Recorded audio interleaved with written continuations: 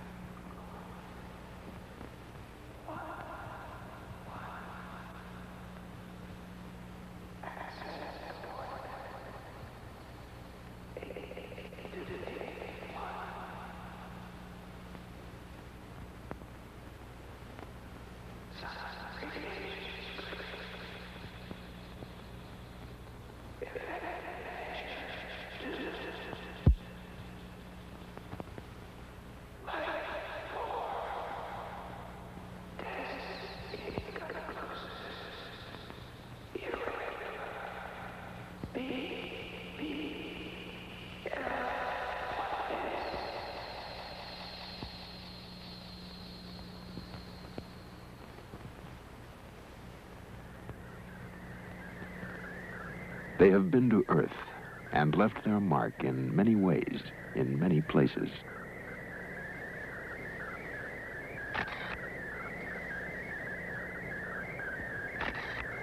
Figures etched on the plain of Nazca tell a story of explorers from outer space. The secret of the story has been learned. The visitors have been here. They have been described in many ways by many men, from primitive drawings to detailed histories, since the beginning of man's stay on Earth until this day. In the Andean mountains of South America, on the deserts of Egypt, in the temples of India, on islands in the Caribbean, the evidence is clear.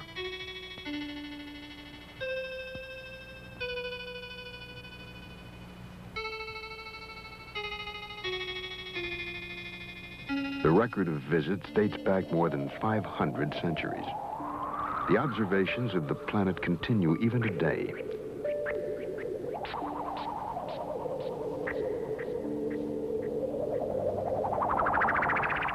Monuments to the visitors that were created thousands of years ago have been found. They are tributes to the gifts brought from outer space.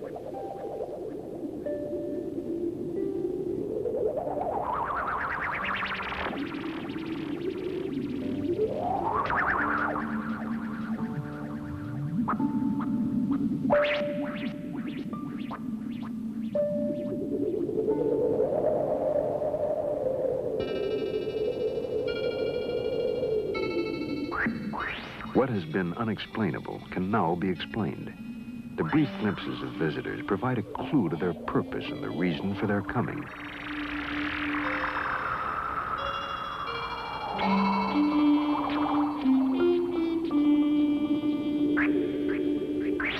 Every law of probability proves that other life exists in the universe. It is now possible to understand how life could have been transported to Earth from some distant planet. It is now possible to understand how we are connected to outer space.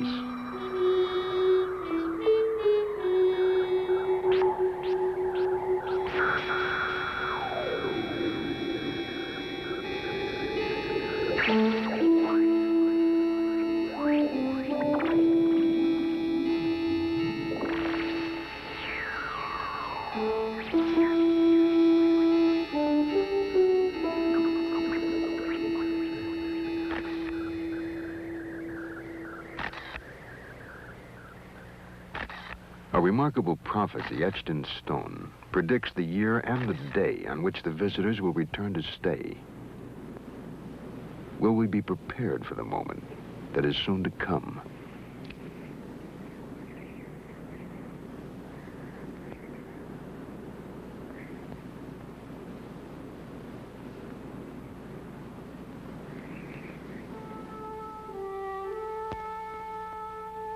To travel successfully in deep space, man would have to hold the secret of his most precious dream, immortality.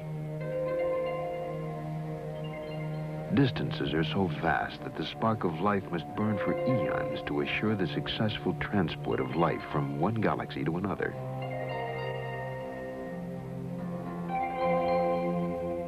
In ancient crypts, it is possible to find suggestions that the secret was known, that a process of sustaining life was once available on Earth.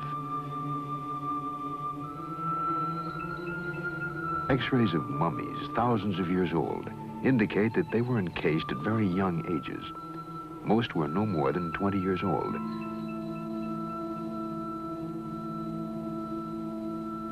Strangely, the hand of one mummy still shows the traces of a fire that burns brightly in all living things, the Kirlian aura.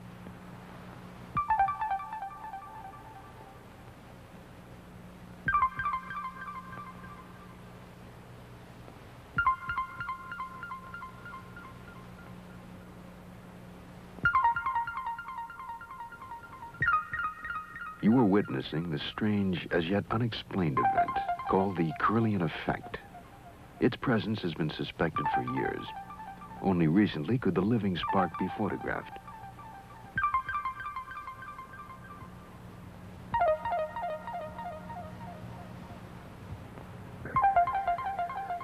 Fingertips and all living things generate a dynamic, constantly changing aura that sometimes sparks and leaps like a flame.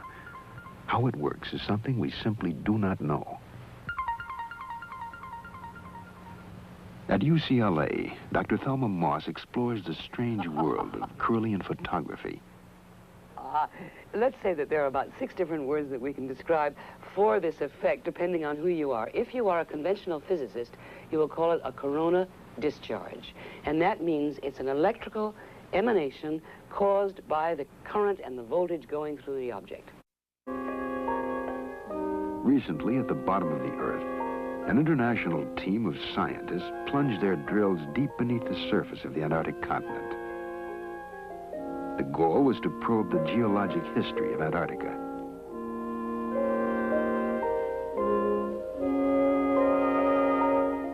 "420 feet beneath the surface of McMurdo Station, Dr. Roy Cameron touched immortality.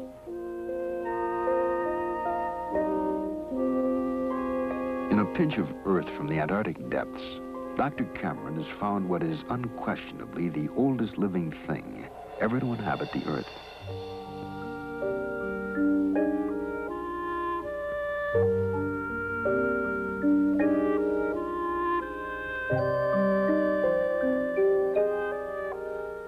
After spending millennia freeze-dried in the cold rocks of Antarctica, a colony of bacteria have reawakened in the warmth of the laboratory.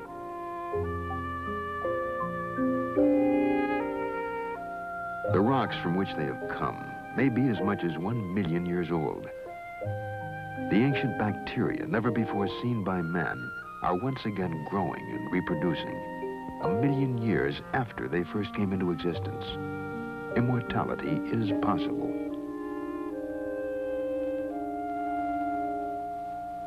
Immortality, or something resembling it, is necessary when we consider the vast distances of space that must be crossed to plant life elsewhere in the cosmos. Somewhere in space, there is life, but where? A man counting a number every second of every working day would need a lifetime merely to reach the number 1 billion, a figure which falls 100 times short of the number of stars in our galaxy alone. Somewhere in space, there is a solar system like ours, where life exists. Perhaps it is in the constellation Epsilon Bautes, where a sun is dying, burning itself out. Eons ago, the dying sun would have threatened all life on the second planet of the solar system. Some scientists believe that a space probe was sent from that planet toward the Earth. They believe the probe sent these signals in 1927.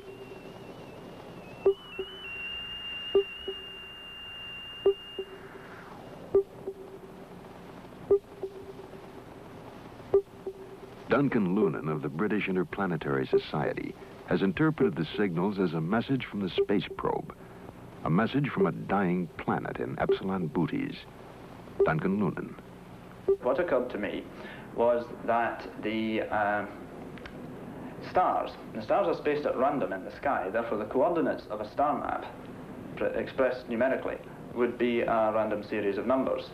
There are 7 dots in the barrier, and there are 6 dots on the right-hand side here.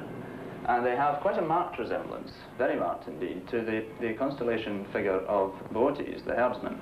These sharp lines of intense, rapidly repeated echoes appear to be of the nature of clues, as it were, to the interpretation of the panel. It's like these sort of children's puzzles where you join up the dots and you make a shape, so that you could sort of take it like this. It starts here. We come from Epsilon Bootes, which is a double star, and then we have this interesting sort of swallow-like shape here, and it says, or seems to say, we live on the 6th planet of 7. Now, 2 signals later, we get an absolutely explicit statement in another scale figure that they came from the 2nd planet to the 6th. They've got a whacking great arrow pointing from the 2nd planet to the 6th with a sun dot at the front end of it. The sun, in other words, it says the sun pushed us from the 2nd planet to the 6th. And just in case we haven't got the point, it's repeated in exactly the same way 2 signals later. The signals are the only known message from space. In the sequence of sounds, Duncan Lunan has found a specific message of a population moving from the 2nd planet to the 6th in Epsilon Bootes. And then where? Perhaps to Earth. The signals are an SOS to the universe. In this situation, the inhabitants of the planetary system would find themselves in real danger. Their own planet would get hotter. In time, all the planets would get very hot. They would have, in other words, to perfect first interplanetary and then interstellar travel in order to get away from the sun. So the probe then came to the Earth. It came to the solar system. It located the Earth. It came into orbit around the Earth, and it began looking for signals, intelligent signals from Earth that would indicate the presence of intelligence. If Duncan Lunan's interpretation of the signals is correct, a space probe is now traveling in our solar system, monitoring life on Earth. It may already have been seen by American astronauts. Gemini 7 here, Houston, out of your 8. Loud and clear. 7, go ahead. Bogey at 10 o'clock high. This is Houston. Say again, 7. So we have a bogey at 10 o'clock high. Roger. Gemini Control here again. The reference in that conversation was bogey. It was Borman who reported sighting the bogey. This is Gemini Control Houston at 4 hours, 24 minutes into the flight. Bogey is the code word for an unidentified aircraft. But a bogey in space is almost beyond belief. Or is it?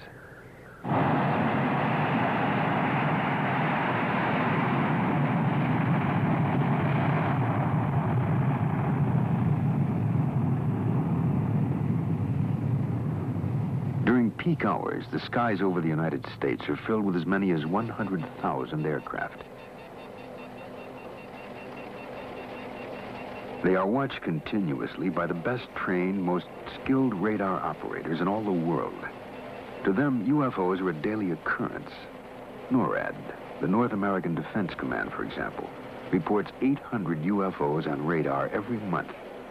Most, of course, are eventually explained, but not all. Almost 400 sightings are still carried on the books as unidentified flying objects.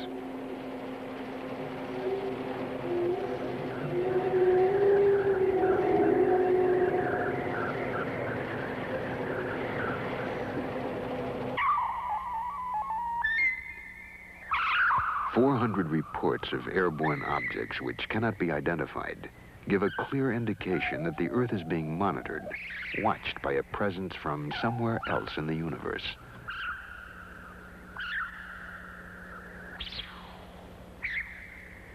To an incoming space probe, the solar system is unknown territory that must be charted and searched for evidence of life.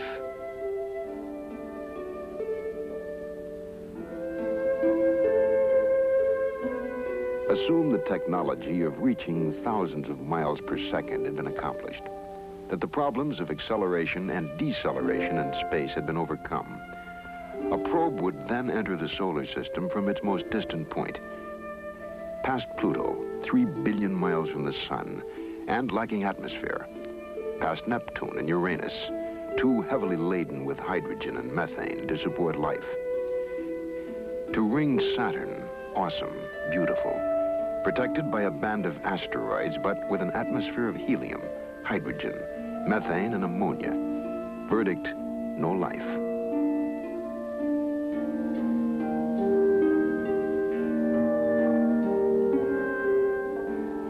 Ahead on the journey lie the most probable planets where life might be sustained.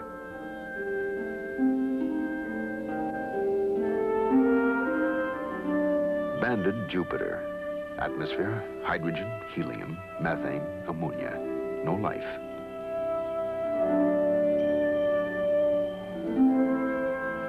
Mars.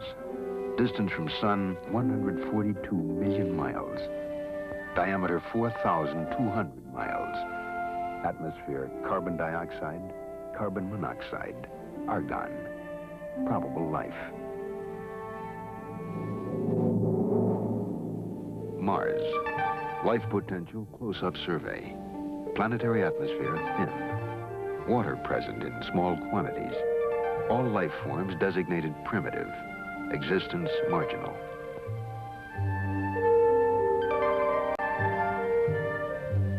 No life form on Mars is capable of sending electronic signals into space.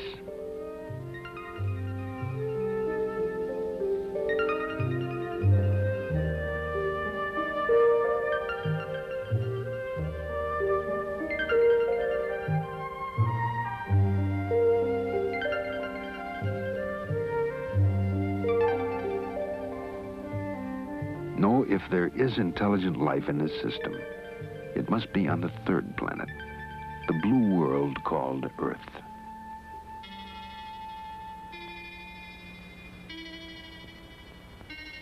The moon is a perfect vantage point from which to study the Earth. Only 250,000 miles away, the explorers could keep a close watch on the blue planet. The moon is now familiar territory after 6 successful manned landings. But our detailed knowledge is limited to 6 specific locations. Each has told us something new, something we did not know before.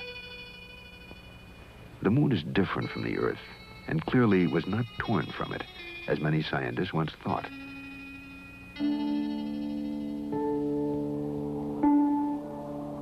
We have found minerals in abundance on the moon, minerals that are extremely rare on Earth, yet they are vital to successful space voyages. Plans to mine them have already been drawn by NASA and private industry. One theory holds that explorers from outer space have already mined the moon, pulling from it such minerals as titanium, a metal essential to space technology. It is unfortunate that we can no longer afford to explore the lunar surface, for it is just barely possible that somewhere on the moon are the traces of previous explorers.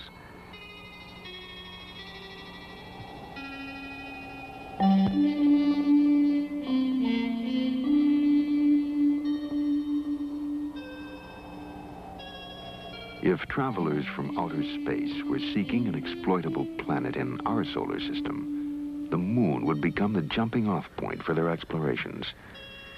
There are those who believe it has already happened. Duncan Lunan. It's possible that in the course of our history in the last 13,000 years that ships from Epsilon Botis have come here, have conducted survey missions, possibly even had small settlements established here for a time and pulled out again. We have evidence that a landing was made in the Andes near a lake called Titicaca. From the shore, the outline of Titicaca has no pattern.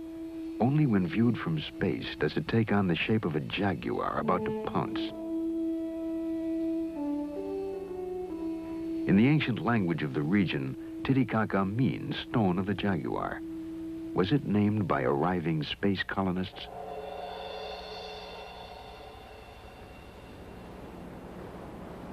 An arid mesa called the Altiplano fringes Lake Titicaca. On the barren, windswept plain, the air is thin and corn does not grow. It is a harsh environment, yet there is reason to believe that here, long ago, Earth Base 1 was established.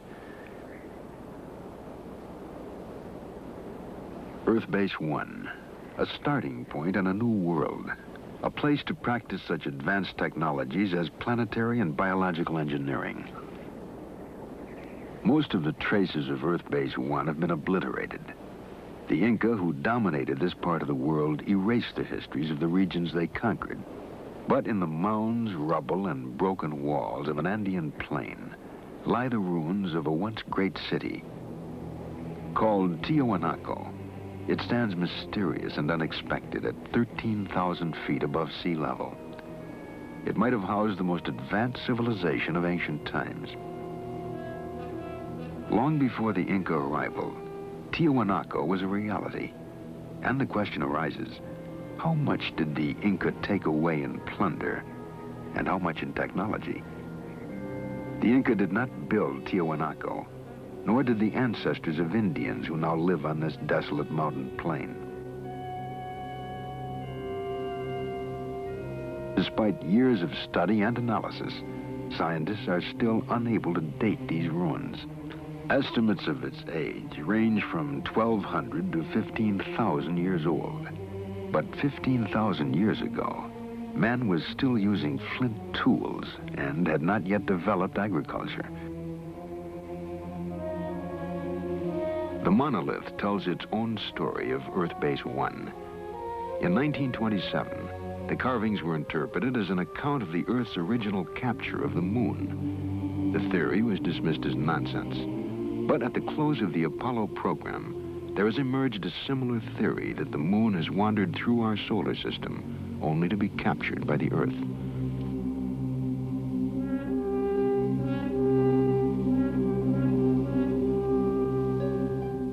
Of all the mysteries at Tiwanaku, none looms quite as large as a monolithic archway called the Gate of the Sun. Cut from a single block of andesite, it weighs at least 10 tons. No one knows how it was transported or what tools were used to carve the mysterious figures that run across its face. For the carefully chiseled lines depict birds that never flew in the skies above the Earth. A record in stone that we cannot read, except for one intriguing feature, the eyes, which form a part of still another creature. Figures barely discernible, but nonetheless familiar to us as space-helmeted astronauts. No less mysterious are the eyes of the god atop the arch. 2 tears are deeply etched into his cheeks. And no one can say why the sun god of Tiwanaku weeps. And so it stands, a brooding, mysterious ruin atop a desolate mountain plateau, 13,000 feet in the air. Was it built by those who came to make a new home of planet Earth? 300 miles away, on another plain, lie the strange lines of Nazca. From ground level, the lines are very shallow scratches, barely 4 inches deep. Yet they have remained intact for thousands of years. No wind blows across the plain. No rain washes away the marks. Whoever drew the lines knew they would remain. The plain is in effect a giant permanent blackboard, readable only from the air above. It was designed for incoming alien explorers. It may still serve the same function.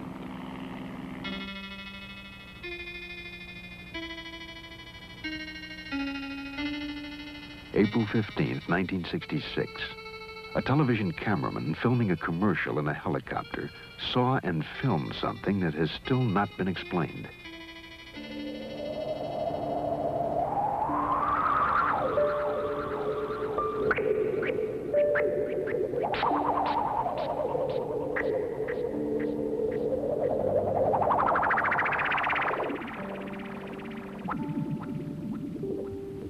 There have been other sightings.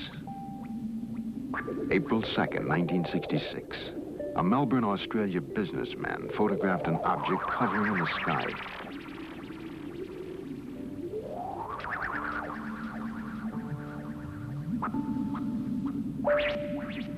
April 18th, 1965. A small metallic object buzzed the ground south of Albuquerque, New Mexico.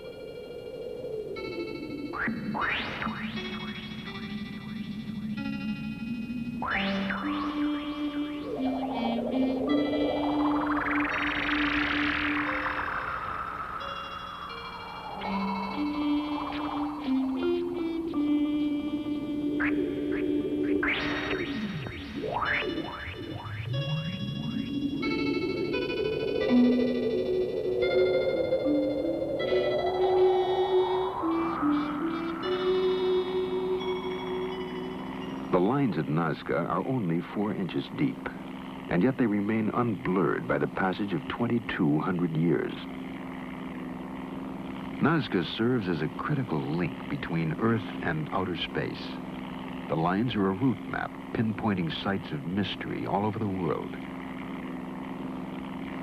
One line pointing east leads to a remarkable unexplained artifact 300 miles away.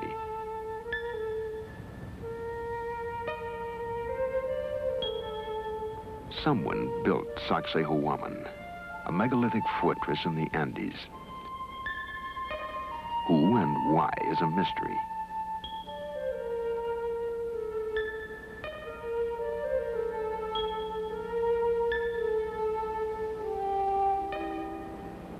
At one point, the Inca used Sacsayhuaman as a base. According to legend, Inca kings thrust their fists into the depths of the snake chiseled into the stone. From it, they received a special power. A compass needle thrust into that same snakehead will spin wildly, for the stone is heavily magnetized. How did the Inca, who knew nothing of the forces of electromagnetism, select this one stone of all the thousands of others that compose their fortress as the magic stone of the snake? We do not know, but one thing is certain. With that special power, their empire spread from the Pacific coast to the Amazon jungle.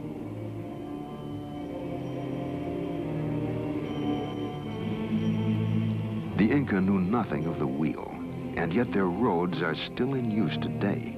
They had no alphabet, yet we are asked to believe they developed an engineering technology that built structures such as this. Or did they? Were they creators or inheritors of a civilization transplanted to the Andes from somewhere else?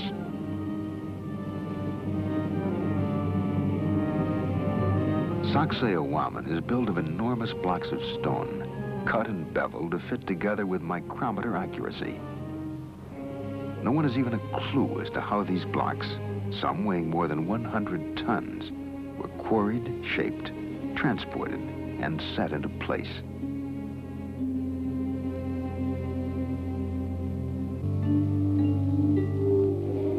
35 feet underwater and 1,000 yards off the northern shore of the island of Bimini in the Caribbean, there is another wall.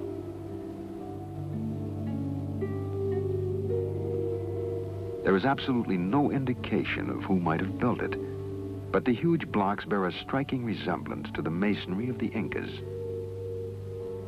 Some scientists claim it is a natural formation and not a wall at all. But if ocean currents cut the stones in the sea bottom, did they also cut them at right angles to each other? The Bimini Wall is but one of many mysteries in the Caribbean region, known as the Bermuda Triangle. Here, ships and planes vanish under circumstances that defy all logical explanation.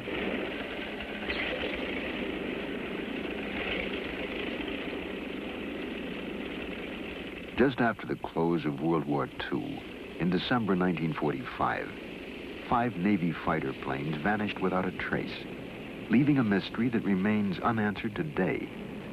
Their disappearance has been the subject of a 25-year investigation by magazine reporter Art Ford. Well, a routine naval air patrol took off from the Fort Lauderdale Naval Air Station 5 planes, 14 crew members, 5 different radios. After the planes were in the air a few hours, they vanished.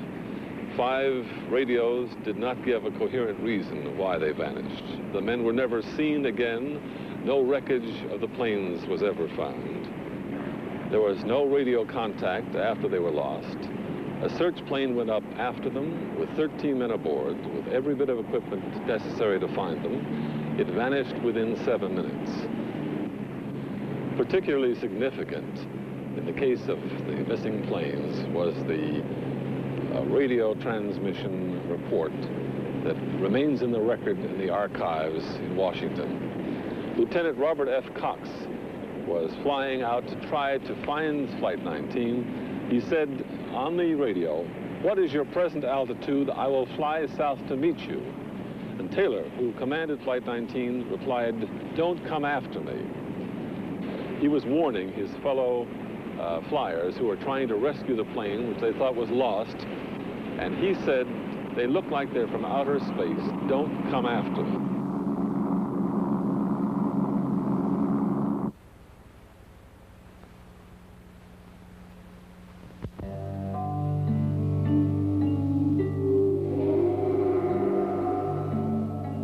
On March 5th, 1918, the USS Cyclops entered the Bermuda Triangle. A coal-carrying cargo ship, she had a crew of 309 officers and men. The British liner Vestris reported that she'd heard a radio signal from the Cyclops, indicating weather fair and clear.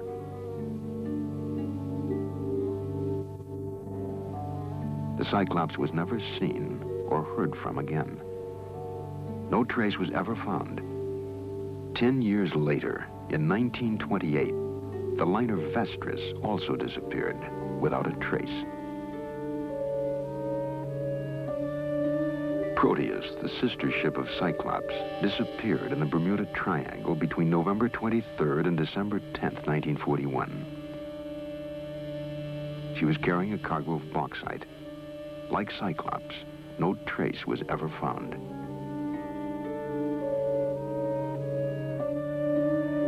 January 8th, 1962, an Air Force KB-50 air tanker disappeared in clear weather.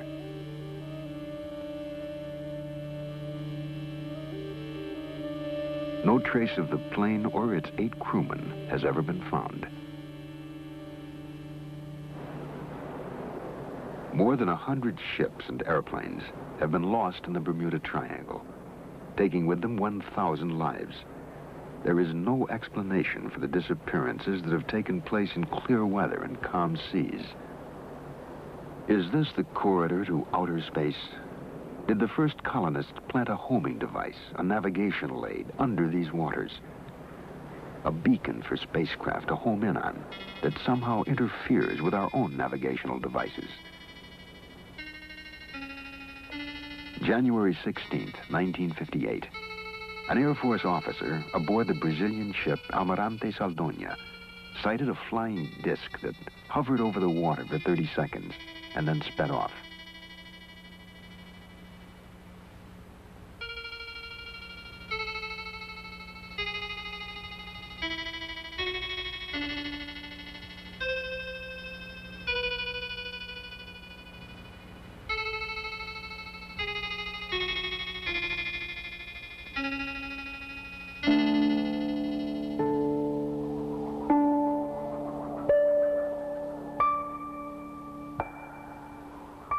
January 13th, 1967.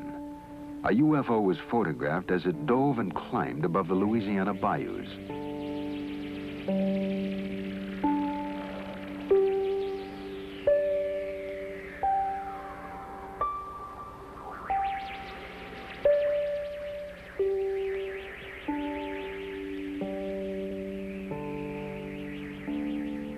Were these and other UFOs homing in on the Triangle Beacon? Is this a marker signaling arrival at the mysterious Tropic of Cancer? It is a line that circles the globe, touching in turn all of the places where a colony planted on Earth might have taken root. India, Egypt, the Canary Islands, the Bermuda Triangle, and finally, the Yucatan Peninsula.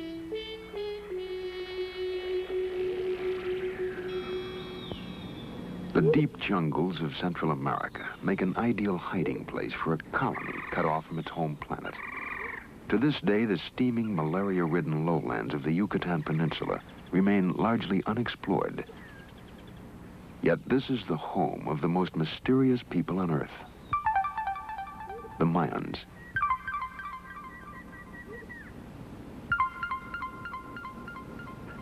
We are asked to believe that the Mayans were simple farmers, but no logical reason exists for them to have planted crops on the most difficult of all land.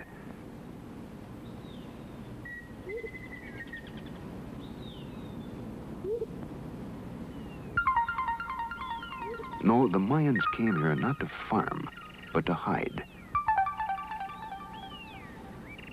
No records tell where they come from. No evidence explains where they have gone. Only citadels like Uxmal stand to remind us of a people markedly different from any other race on Earth. A brilliant civilization grew and flourished in absolute isolation, seeming fearful of contact with other people on Earth. Priests were the repository of all Mayan knowledge. They alone possessed a secret language, distinct from that used by the rest of the people, a language they brought from somewhere else and jealously preserved. There are many other indications that they are not of the Earth. We know of their advancements. They developed mathematics to a high art. They invented the figure 0.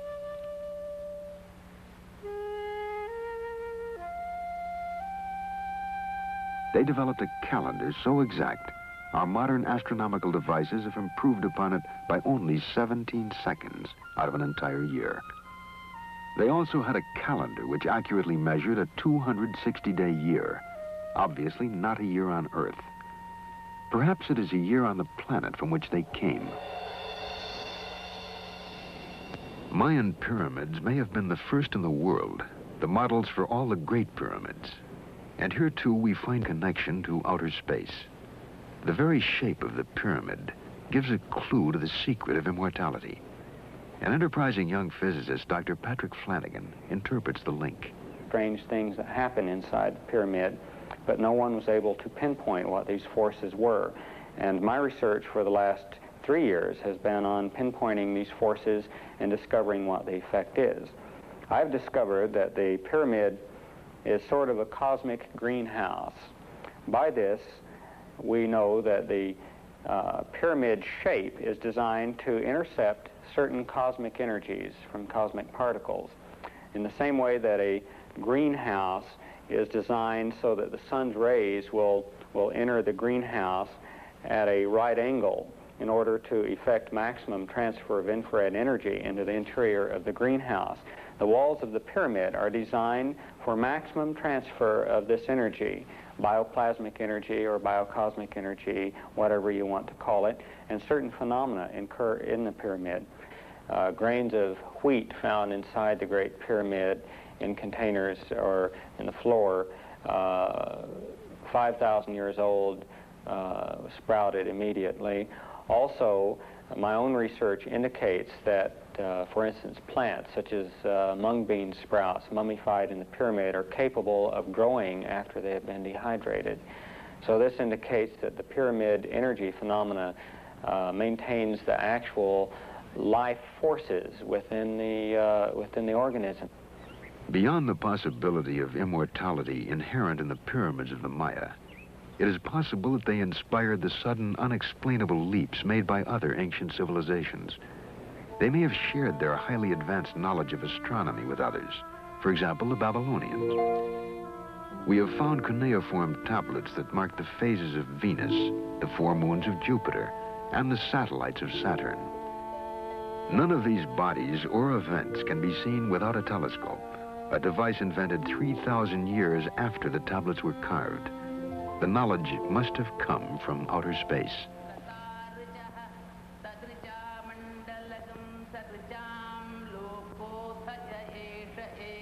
Throughout the world, there are references to interplanetary travel. To some scholars, the world's oldest source of wisdom is in India. This chant is part of a spoken encyclopedia called the Veda. It is at least 5,000 years old and may represent the oldest body of technical knowledge known to man. The references to space travel are direct. Clear descriptions are given of the craft that was used and the method of propulsion. The Veda, committed to paper 400 years ago, is still the target of intensive research by scholars such as Padmasri Sivaramamurthy, the director of the National Museum of India. In ancient India, as all over the world, they had a desire to travel in the sky. We have the aerial car of the god of light, Surya, mentioned in the Rig Veda itself. We have also the Pushpaka Vimana, a wonderful aeroplane that could carry any number, mentioned in the Ramayana. A real aerial car managed by an engine. The rishis could transport themselves to any planet that they wanted because of their siddhi. A force known as Sidli might also have been called pyramid energy. Using this force, the ancients could transport themselves anywhere on Earth, into the skies, and finally to other planets. And did the Mayans use it to link together their cities? If the tales and images of space travel were limited to India, they could be dismissed as the product of overworked imaginations.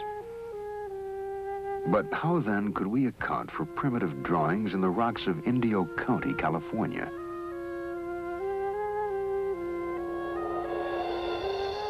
In the 20th century, we accept the existence of spacecraft. What event could possibly have inspired this 14,000-year-old drawing of a spaceship landing on the Earth?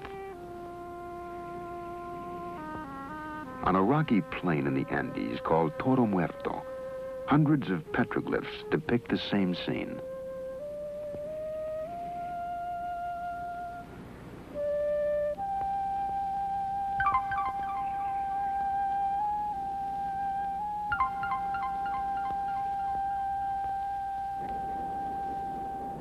We find evidence of past visits from space in many parts of the world. The 2,200-year-old Dead Sea Scrolls found in the caves of Qumran bring us closer to the original Bible than any other source and contain clear references to the Holy Ones descending from the heavens. While biblical scholars study the scrolls for their theological implications, other scientists have looked to the Bible for evidence of extraterrestrial visits. An aerospace engineer at NASA's Marshall Space Flight Center, Joseph Blumrich, has found in the visions of Ezekiel a technical description of a spaceship. The prophet Ezekiel describes 4 encounters with spaceships. At first he saw clouds, fire, and he heard noise coming out from the sky, out of the north. And as the vehicle approached, apparently it came rather quite in his direction, he observed what he calls living creatures. What Ezekiel calls the living creatures had straight legs and round feet, or calf's feet, sometimes they're called. And it was the description of these landing legs that made me take the book of Ezekiel serious from an engineering point of view. I have had the opportunity about 10 years ago to work with my group in my office for the development of such a landing gear for an unmanned lunar landing station.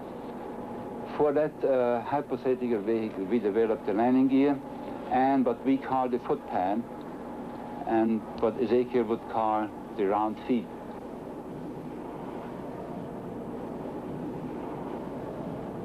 Translating Ezekiel into engineering terms, Mr. Blumrich had these artist sketches made of a landing vehicle supported by 4 helicopter units.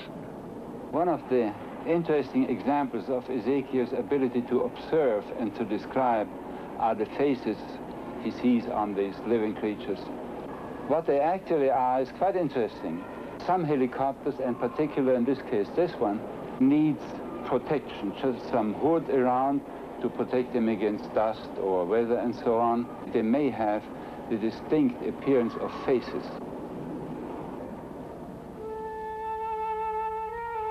The faces found in the metalwork of spacecraft may have been the figures reported by Ezekiel. The biblical tale is hardly an isolated example. Are ancient figures with spacesuit-like costumes the record of beings actually encountered? And where do the Indians of Colombia find models for these golden helmeted figures sculpted more than 1,000 years ago?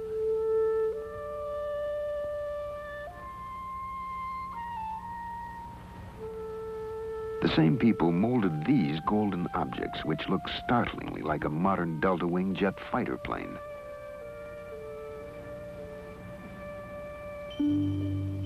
Could flight have played a role in the construction of this rocky fortress in Peru, called Ollantaytambo? It spans a pass through the mountains that link the jungle with the sea. The Inca builders were accomplished stonemasons who built a chain of fortresses across the Andes. But nowhere is there an explanation for the technology used to carry enormous pink slabs, each one more than 60 tons, from this mountain where they were quarried, and then 10,000 feet up the face of Ollantaytambo. What else but flight could account for raising the stones to the mountaintop?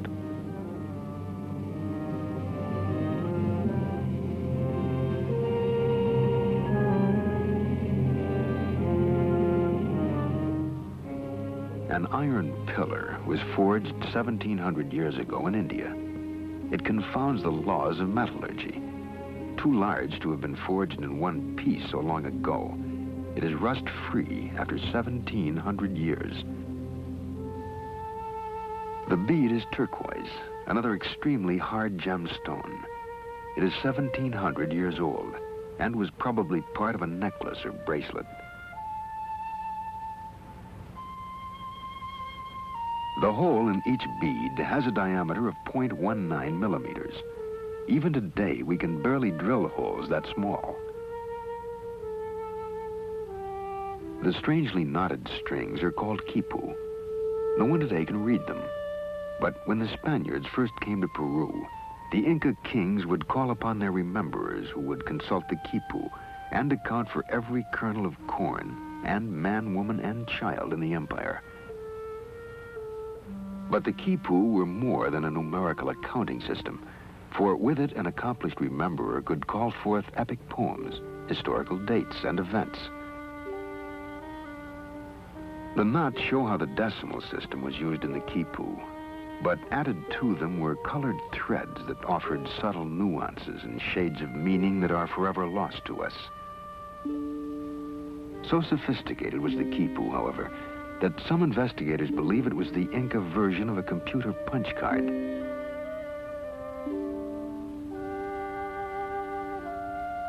An enormous crystal was placed in a Mochica grave more than 1,500 years ago.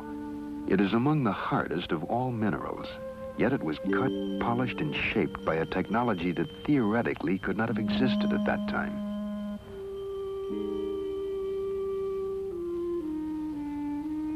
Other hands carved this skull. The British Museum calls it 15th century Aztec. But why would the Aztecs, who never created naturalistic art, suddenly render in crystal a skull? It is possible that the Mayan jungle strongholds provided the knowledge that advanced the civilization of all of the people on Earth. No matter where we look, we find evidence of their influence.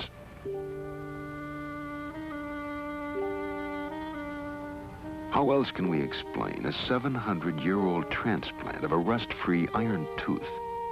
Found in a Peruvian grave, it seemingly is as functional as any modern dental prosthesis.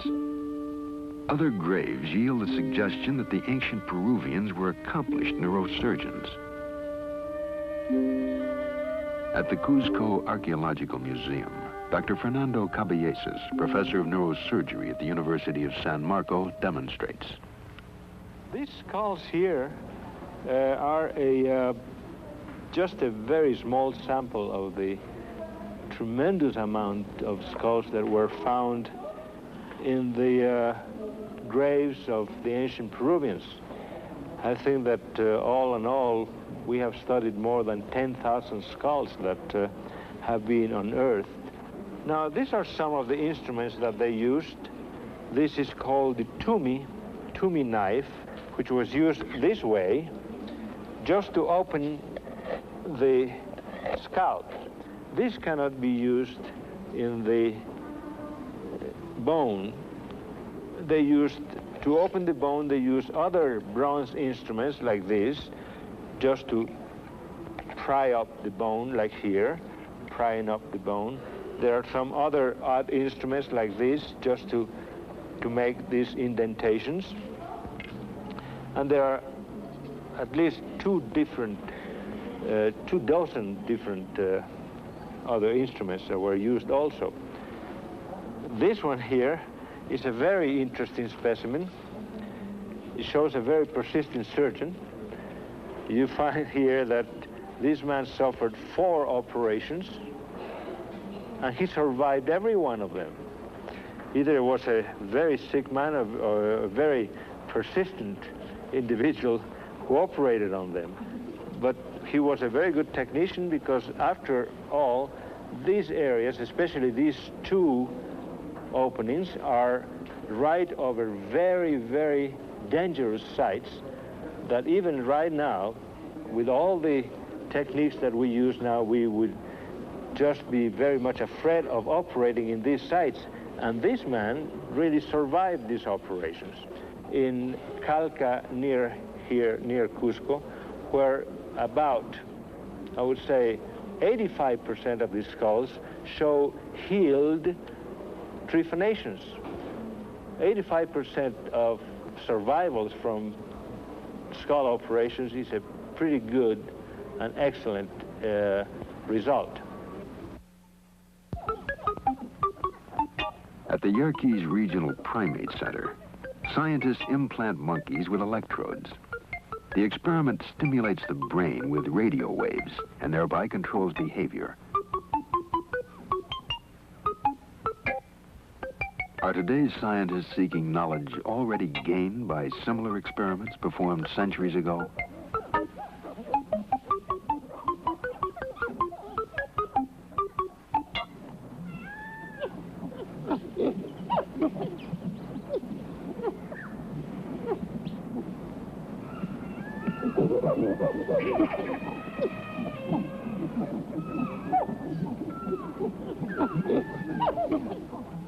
The monkey house of any zoo provides us with a great deal of fun. But occasionally our laughter is accompanied by an uncomfortable feeling. We're not too different from the apes. With them we share common blood groups, a similar anatomy, and perhaps 1 billion or more years ago, a common ancestor.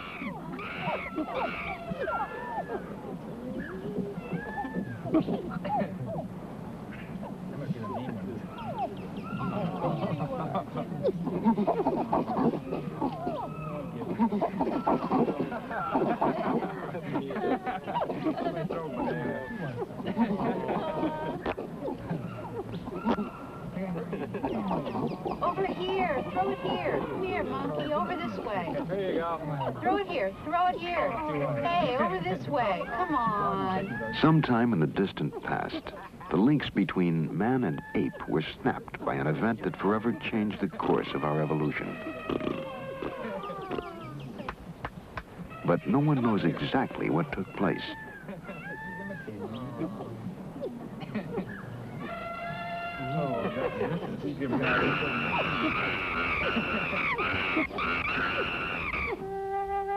For thousands of years, Neanderthal was the most advanced primate on Earth and a logical ancestor of man. But Neanderthal suddenly disappeared 35,000 years ago, and now a new creature appeared, Cro-Magnon. Suddenly, he began to walk the Earth. We are his descendants, and it is possible that he arrived from outer space.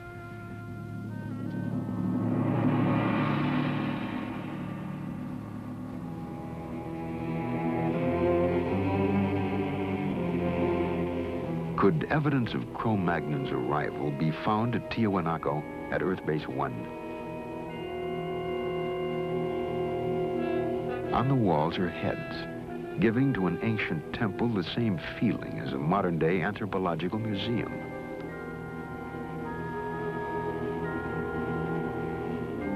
The faces show a bewildering variety of shapes and expressions. Some are familiar, others alien, a range that covers the racial spectrum of man. Are these, then, experimental designs for man?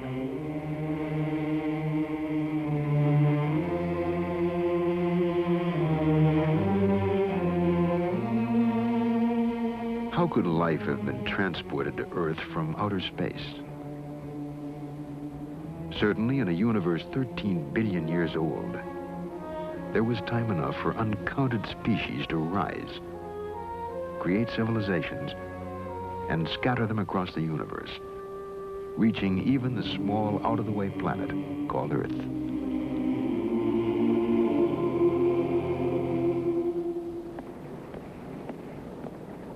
Dr. Leslie Orgel is a biologist at the Salk Institute in California. He and Nobel Prize winner Sir Francis Crick developed the theory of directed panspermia, the idea that life on Earth was sent here by a superior civilization. Dr. Orgel. In the 19th century, there were two theories about how life could have got to the Earth from outside. One theory, which was due to Lord Kelvin in England, said that life arrived as a spore carried on a meteorite. And the other theory, which was popularized by Arrhenius in Sweden, suggested that a spore could have been blown directly from a planet on another solar system all the way to the Earth.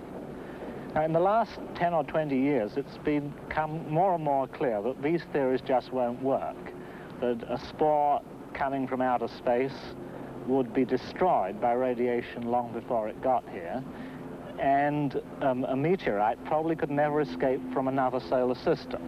Now, directed panspermia is a sort of last attempt to resurrect the theory that life could have come here from elsewhere, and the notion is that maybe life was deliberately sent here by a technological society on some other planet, probably in our own galaxy.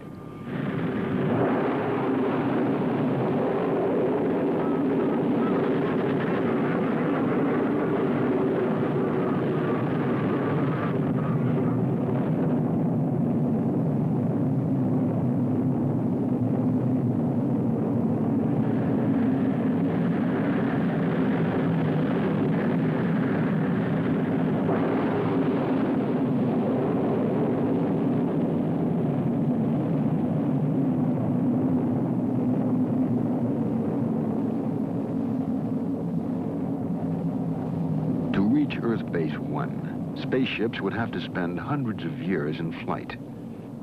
To transport and sustain life over such an extended time, space-traveling civilization would have to ship an entire colony of men across a galaxy in suspended animation. Did it happen in the past? Was this the secret of early space travelers?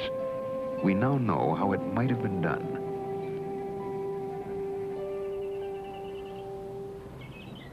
The method is called interspecies embryo transplantation. It was developed here at the Worcester Foundation for Experimental Biology by Dr. M.C. Chang. In 1952, Dr. Chang took a number of fertilized eggs from the womb of a rabbit and carried them to England. There, the eggs were implanted in the womb of another rabbit, where they came to term. The offspring, in turn, became pregnant. Their fertilized eggs were then taken from England and implanted in the Worcester rabbits. The Worcester colony is now composed of the descendants of that first embryo implantation. Some just like this, then put into the test tube.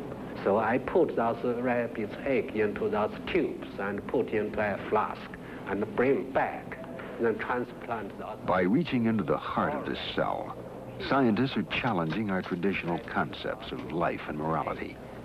Yet, faced with the threat of extinction, a species capable of finding its salvation in an advanced biotechnology, would surely seize the opportunity. I think it's possible to transport human eggs from one planet to another planet.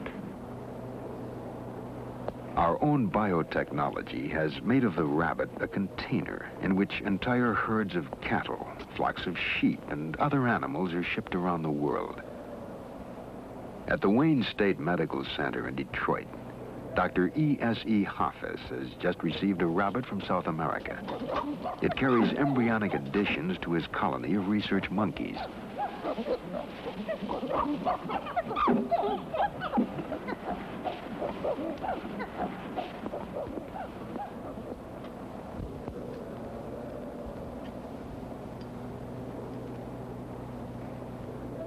The idea of embryo transfer is to obtain large numbers of embryos from one species and ship them to another part of the world in the easy species like the rabbit. Now, we have a rabbit here, and we'll have 200 embryos of monkeys in them, in this one rabbit. The first step of this is how to collect the embryo. This requires surgery.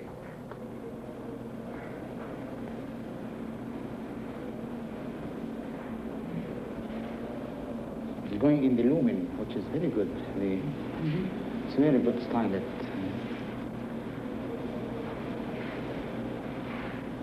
Then examination of the embryo under the microscope.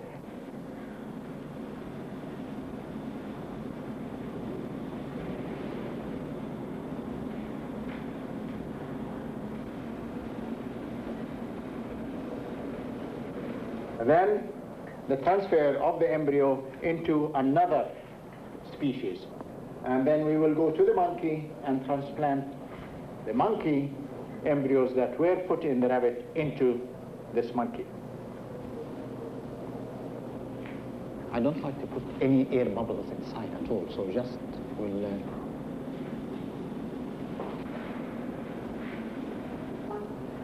And I think this is ready to go to the colony.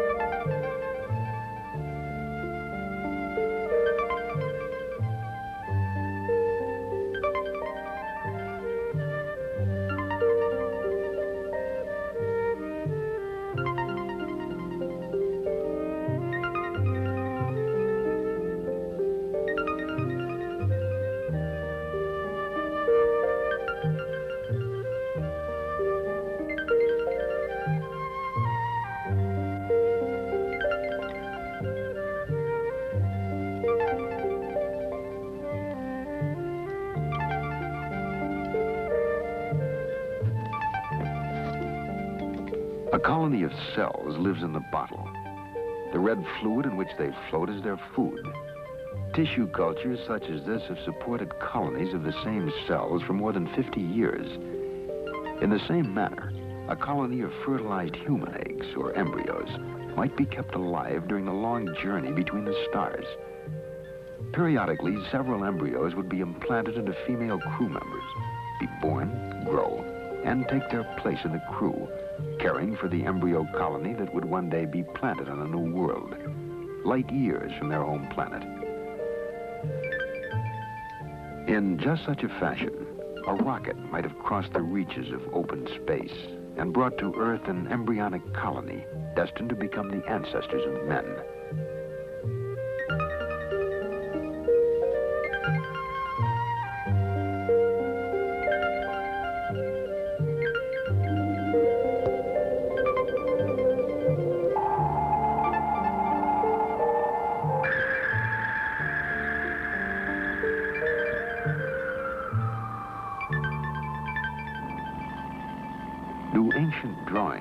commemorate the arrival of life on Earth. All over the world, men have cut, shaped, and gouged the Earth to create images that could only be seen from the heavens. The more we understand the progress of modern science, the more we must re-examine the accomplishments of the past.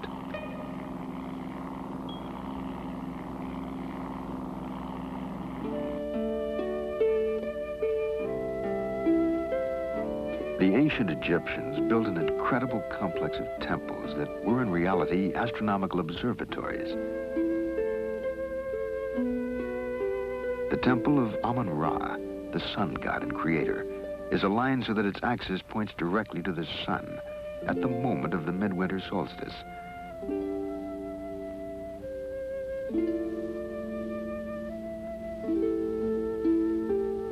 The temples of Mut and Khonsu, the consort of Ra, form an axis that points to the crescent moon that rises the day after the summer solstice.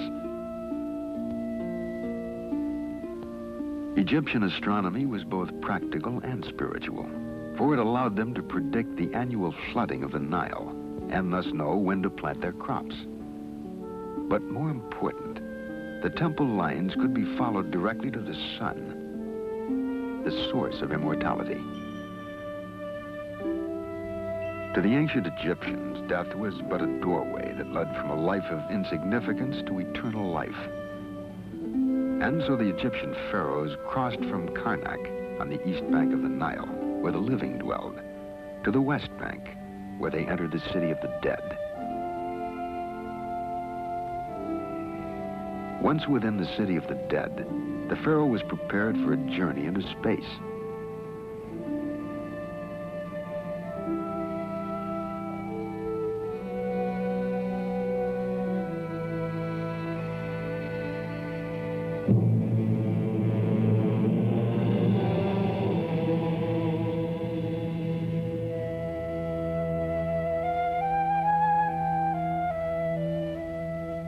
In the light of present-day knowledge, the ancient Egyptian art of mummification seems an echo of modern-day preparations for space travel. The Egyptians believed that two spirits remained with a man after death. The second spirit, the Ba, was the space traveler. Each night, the Ba left the body and traveled with the sun through space until it returned to light the world again. To the ancient Egyptians, the Ka and the Ba were not abstract, disembodied ghosts, but real entities, and they required a place in which to dwell for all eternity.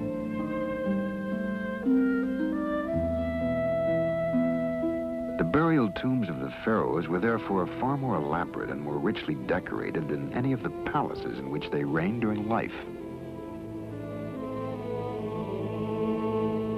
The death rites of the Egyptians may well have been imitations of an event they had been told of or witnessed, the preparations for a real voyage into space.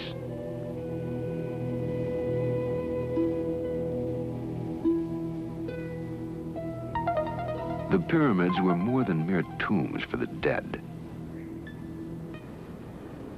The Great Pyramid of Cheops is an almanac that measures the days of the year, the circumference of the Earth, and the distance to the sun. The Egyptian pyramids have been studied by many scientists, but the great breakthroughs have been made by physicist Patrick Flanagan. His studies have shown the peculiar function of the pyramid and its relationship to immortality. It's very possible that the Great Pyramid of Giza was constructed by a race of scientists having far superior knowledge to our own.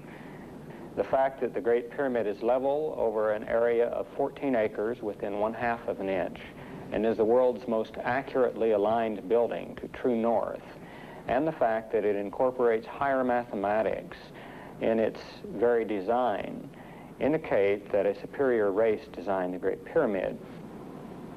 Now, when we ask why, is there a possibility, for instance, that the Great Pyramid is some kind of space beacon? Well, this may be very possible, that the Great Pyramid is some kind of beacon, homing beacon for spaceships. This possibility exists due to the fact that even with our most powerful radio telescopes, we have been unable to detect any kind of communications going on in outer space, and yet UFO sightings indicate that there is activity in outer space. Therefore, the UFOs must be using another form of energy to communicate by, and it's very possible that the energy phenomena associated with the pyramid is the energy used for communications by UFOs. It's very possible that pyramid energy could be used to preserve tissues over extended period of time, such as on long space travel, or for preserving tissues for cloning purposes, for future cell regeneration. The pyramid's phenomenal ability, or the pyramid energy ability to mummify food so completely with no destruction of the tissue, indicates that it would be a very valuable natural source of preservative energy for cloning purposes, or for preserving anything, any cell structures for an extended period of time. And so for thousands of years, the mummified body tissues of the pharaohs rested near the pyramids, along with an exact record of every day spent on Earth. Detailed diaries. Why? Had Egyptian priests been told that reincarnation of a body was possible if its cells were preserved? The diary would then serve as a coded memory for a new body. Immortality would then depend on the pyramid shape, a form whose beginnings are seen at Earth Base 1. At Tiahuanaco, Earth Base 1, a mound of dirt covers the foundation of an enormous pyramid, more than 15,000 years old. At virtually every site of ancient mysteries, a pyramid can be found. In Teotihuacan, a Mayan stronghold, there stands another perfectly aligned pyramid. More than a storehouse of mathematical data, it concentrates biocosmic energy, a force that the Mayans may have used to create infinite life. Today's science is just beginning to understand how it can be utilized.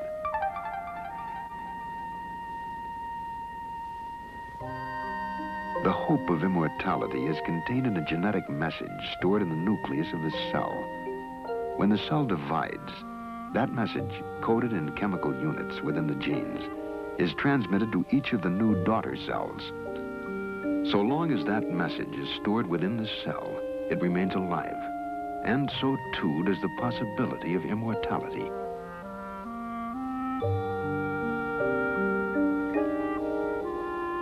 In the life cycle of the axolotl, a prehistoric-seeming creature named for the Aztec god of death and resurrection, scientists have found a form of immortality. At the University of Indiana, Dr. Janice Brothers uses the cells of one axolotl to create others, exact duplicates that are in every respect identical to the cell donors. The process is called cloning, and it makes theoretically possible the creation of an army of identical creatures with exactly the same physical and genetic features and capabilities. Eggs are collected from a white axolotl. If fertilized normally, the eggs would divide into a number of new, different axolotls, sharing as their one common trait, the white skin color. But these eggs are destined to serve only as carriers, mere biological putty containing no genetic message of their own. The egg nucleus is destroyed. It can no longer be fertilized and develop in the normal manner. It can no longer provide any genetic instructions to the individual that will develop from it.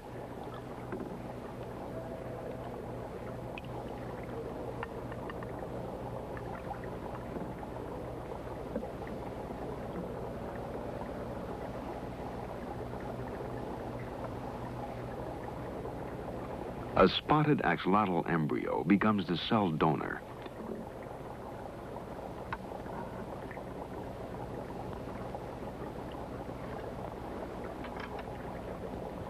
Carefully, the nucleus of a single cell that carries the genetic information is teased free and pulled into the pipette. It'll provide all the instructions needed to create a new individual.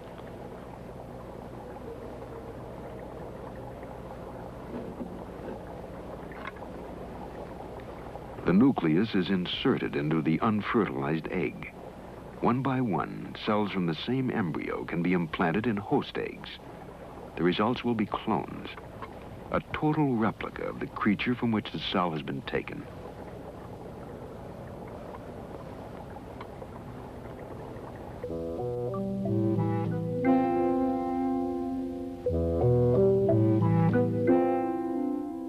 Each of the eggs carries the same genetic instructions and will develop into carbon copies of each other, clones of identical axolotls.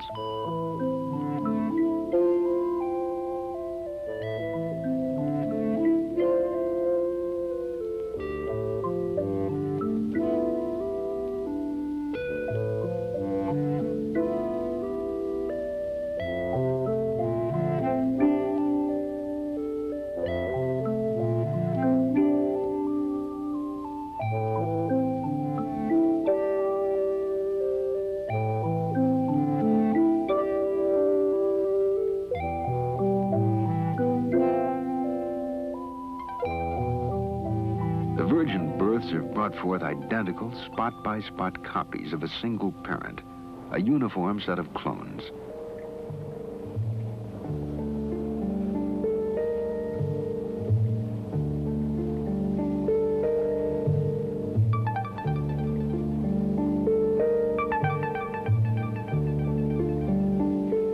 Full-grown, each axolotl looms like the prehistoric monsters that roamed the earth during the age of the dinosaurs. But these creatures are so far removed from that time as to be of another world, for they are clones, exact copies of each other.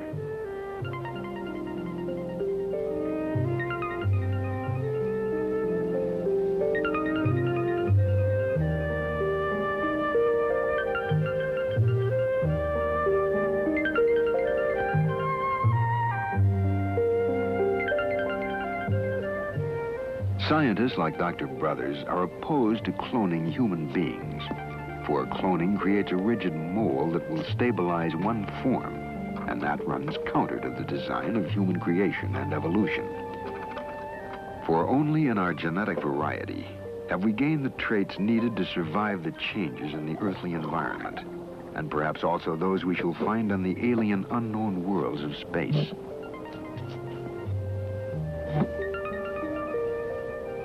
The clone is a biological wonder that may one day enable us to reproduce exact copies of animals and plants needed to perform as yet unknown tasks in an uncertain future.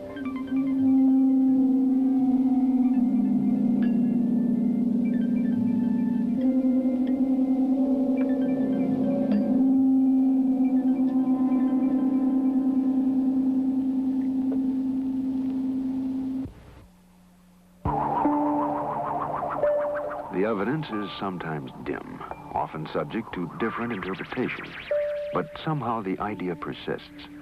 The Earth has been visited before and will be again.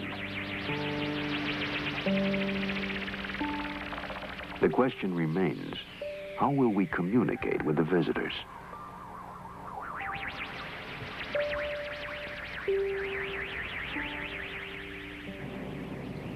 At the Yerkes Primate Center in Atlanta, Georgia, experiments are underway at this very moment to answer that question.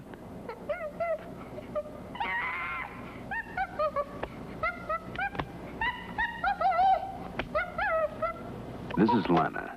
She lives in a plastic cage with a computer.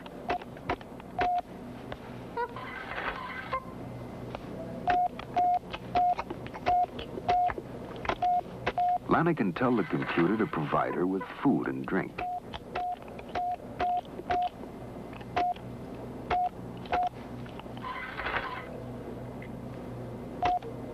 The symbols are abstract, not pictures of real objects. And by using them, Lana is in reality using language as well as any human being. To get beyond the confines of her plastic-walled world, Lana tells the computer to open the window.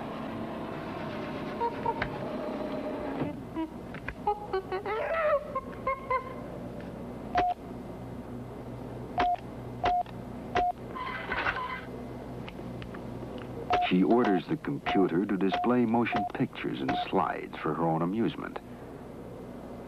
But more important, Lana can use the computer to talk to the scientists and technicians at Yerkes. One of Lana's favorite conversation partners is Tim Gill.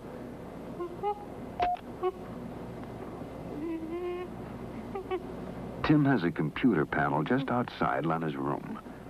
They talk to each other through the computer.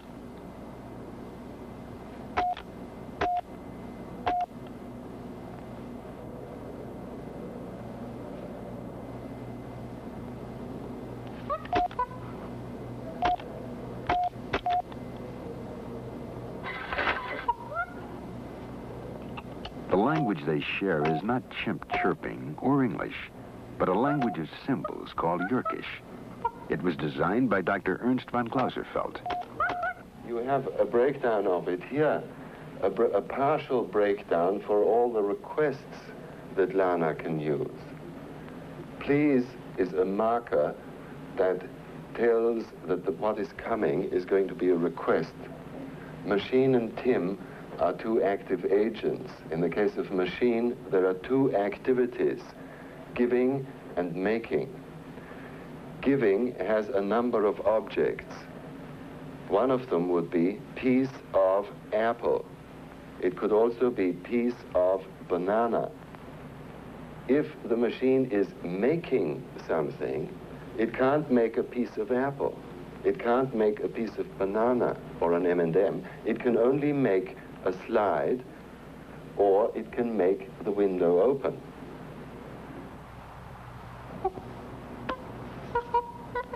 Lana forms perfect sentences that communicate specific ideas. She has language in common with Tim. The experiment is not as sterile as it looks. Tim and Lana have developed a close relationship. Can Tim visit Lana, he asks.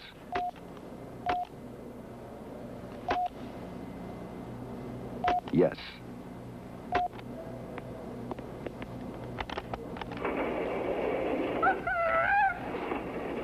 Much of Tim and Lana's friendship is based upon proper social behavior. Proper, that is, in chimpanzee society. And so Tim asks, can Tim groom Lana?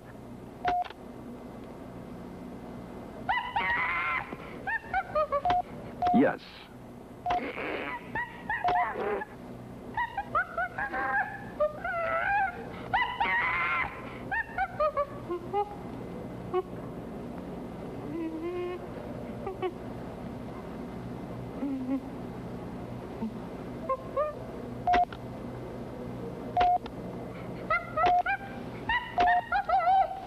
Will Lana groom Tim?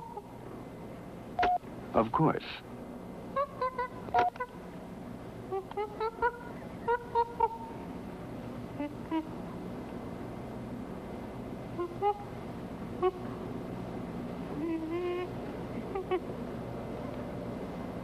It's not yet Planet of the Apes, but Lana has demonstrated the ability to utilize man's most sophisticated tool, the computer, and his most important intellectual attainment, language.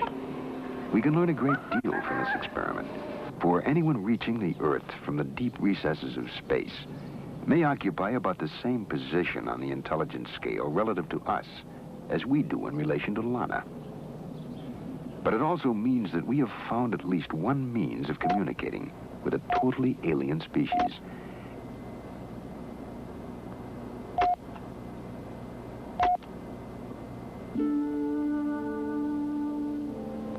A language of symbols carved thousands of years ago is still being deciphered.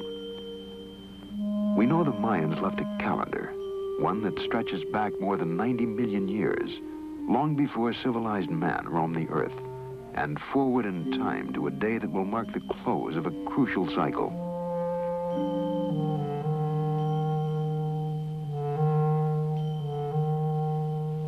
An inscription tells us that the modern period will end December 24th, 2011 AD. We may presume that they were computing the length of a space voyage and marking the exact date of return. They may return to seek the fate of the colony left on Earth. Perhaps at Uxmal they will find answers we have never been able to divine. This was one of the last bastions of Mayan society, and here a carving is found unlike any other in Mayan lore. Clearly a skull and crossed bones. According to legend, it is the death house, and nearby is another structure marked by a procession of turtles, the Mayan symbol for a long life. Did the final experiments at cloning take place here, near the Great Pyramid of Uxmal? December 24th, Christmas Eve, 2011 AD. On that day, they may return to seek the fate of the colony left on Earth. Perhaps they will settle in the jungle of Uxmal, where, according to legend, Mayan priests talk to their gods through a black, shiny, glass-like rock, an ancient description of a television receiver. We know now how they transported the colony to Earth and what they might have left behind. We have only to learn why they are coming back.